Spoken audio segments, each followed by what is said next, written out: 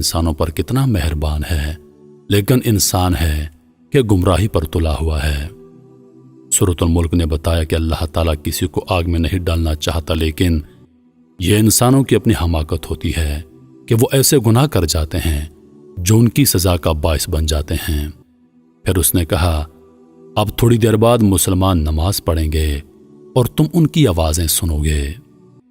سورۃ الملک چلی گئی اور میری قبر میں بدستور روشنی تھی، اور میں نے پہلی بار مسجد سے آنے والی اذان سن لی، اپنی زندگی کو یاد کیا اور تراویح کو یاد کیا، بہت رویا۔ میں نے سنا کہ لوگ نماز پڑھ رہے ہیں، اور پھر میں نے امام کی دعا سن لی۔ امام صاحب کی دعا سے مجھے سکون ملا، اور میں نے تمنا کی کہ امام دعا کو تول دے دے۔ میں نے محسوس کیا کہ وہ دعا سیدھی قبول ہو رہی ہے، کیونکہ مجھے اس سے کافی خوشی اور راحت مل رہی تھی۔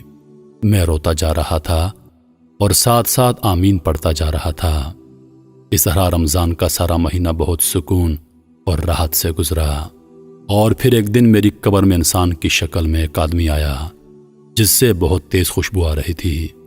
میں حیران ہوا، کیونکہ مرنے کے بعد یہ پہلا انسان تھا جو میں دیکھ رہا تھا۔ اس نے مجھے سلام کیا، اور جواب میں نے وعلیکم السلام کہا۔ اس نے کہا، میں تمہیں خوشخبری دیتا ہوں کہ اللہ تعالیٰ نے تمہارے گناہ معاف کر دیے ہیں۔ میں نے کہا، اللہ آپ کو جزائے خیر دے، آپ کون ہیں؟ میں پہلی مرتبہ قبر میں انسان کی شکل دیکھ رہا ہوں۔ اس نے کہا، میں انسان نہیں ہوں۔ میں نے پوچھا، کیا فرشتے ہیں؟ بولا، نہیں، دراصل میں تمہارا نیک عمل ہوں۔ تمہاری نمازیں، تمہارے روزے، حج، انفاق فی سبیل اللہ اور صلح رحمی وغیرہ وغیرہ کو اللہ تعالیٰ نے اس شکل میں تمہارے پاس بھیجا ہے۔ مجھے بہت خوشی ہوئی اور اللہ کا شکر ادا کیا۔ میں نے پوچھا، تم اتنے لیٹ کیوں آئے ہو؟ اس نے کہا، تمہارے گناہ اور تمہارے قرضے میری راہ میں رکاوٹ تھے، اور جب اللہ تعالیٰ نے معافی کا اعلان کر دیا تو میرے لیے راستہ کھل گیا۔ میں نے پوچھا، تو کیا اس معافی کے بدلے میں اللہ تعالیٰ مجھے جنت دے گا؟ اس نے کہا، یہ بات اللہ تعالیٰ کے علاوہ کوئی نہیں جانتا۔ پھر اس نے کہا، قیامت کے دن میزان سے تمہاری جنت اور دوزخ جانے کا پتہ چلے گا۔